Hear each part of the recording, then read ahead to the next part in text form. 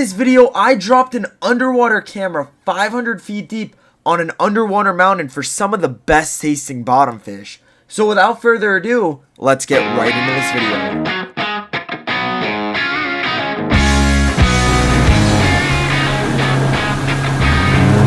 Once we make it out of the inlet, we make about a 4-mile run south to set up for our first drop on this mountain. And I'm going to give you guys a step-by-step what we use to set up this camera rig. And first thing you're going to need is a battery to set up your electric reel. Once we set up this battery, we were now ready to start adding everything to our ball bearing swivel. And a very good ball bearing swivel is really important when you're deep dropping. Next thing you're going to want to do is you're going to add this light. And the reason you add a light is because you guys are going to see how dark it is down there. It's pitch black when you hit bottom. So next thing we're going to want to do is we attach that rig. Once we clip on this rig, we're now ready to start rigging up our bait. And this is how the rig sits. As you guys can see, all these hooks are separated by about 5 inches. So now we're going to start cutting up our bait. And what we got for bait here is squid.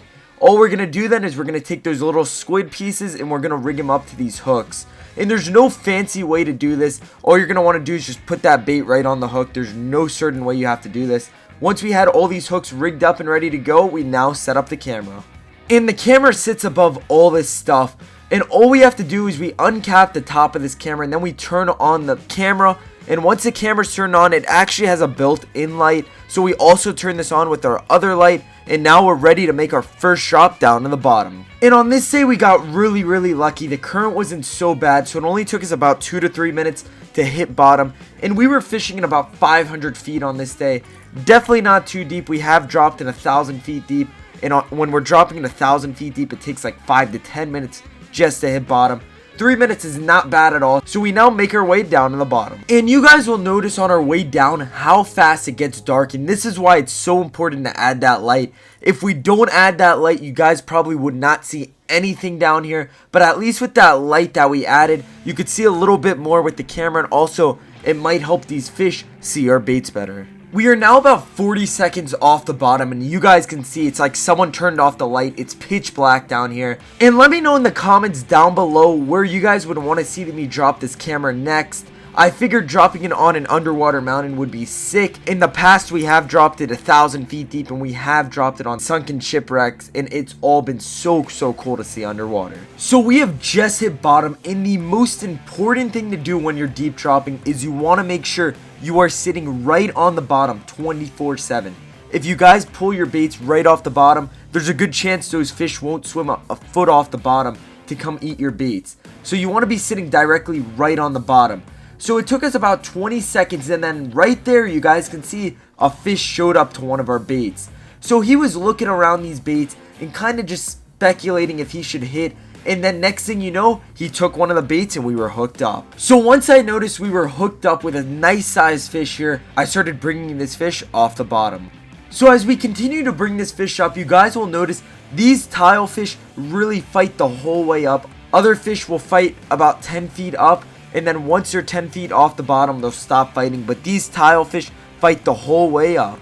So we had this fish now right under the boat.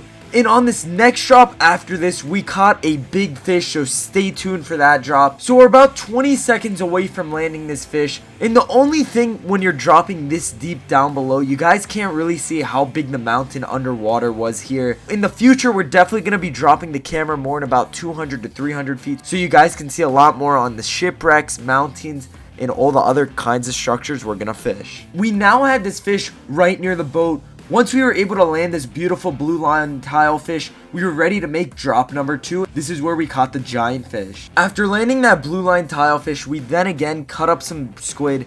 We rig up our chicken rig and we're ready to make drop number 2. So we now make our way back down for drop number 2.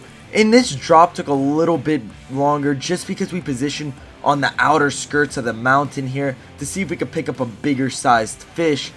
So we're about 40 seconds off the bottom, and if you guys enjoy this kind of content, it takes us a ton of time to film, so it would mean a lot if you guys could drop a like on this video. So we just hit bottom, and the first thing you guys will notice is that our camera was kind of stuck in the mud here, but we gave it a good 30 seconds just sitting in this position, and it didn't take long for that first fish to show up. Once this fish showed up, he took about 10 seconds of looking at the squid, and then he slammed that bait. and honestly, it looked like a really nice sized blue line tilefish here. As we bring him off the bottom here, this fish was just going absolutely nuts, and it took us about 4 to 5 minutes just to get this fish to the boat. So we continue to bring this fish up, and these blue line tilefish, they don't get that big. They get up to about 5 to 10 pounds. It's those golden tilefish that are absolutely massive, and we're definitely going to go try to catch one of these fish with the camera. So definitely be on the lookout for that video. And as I mentioned in the beginning of this video, these blue line tilefish are an absolute treat to eat. They are a fantastic tasting fish. They taste a lot like a lobster, extremely fluffy meat, and they are just absolutely delicious. So we got this fish now right near the boat, and we saw this really nice sized blue line tilefish. We were successfully able to flip this fish in the boat and land this beautiful fish. We hope you guys enjoyed this fishing video, and we hope to see you guys in the next Barjack's Family Fishing video.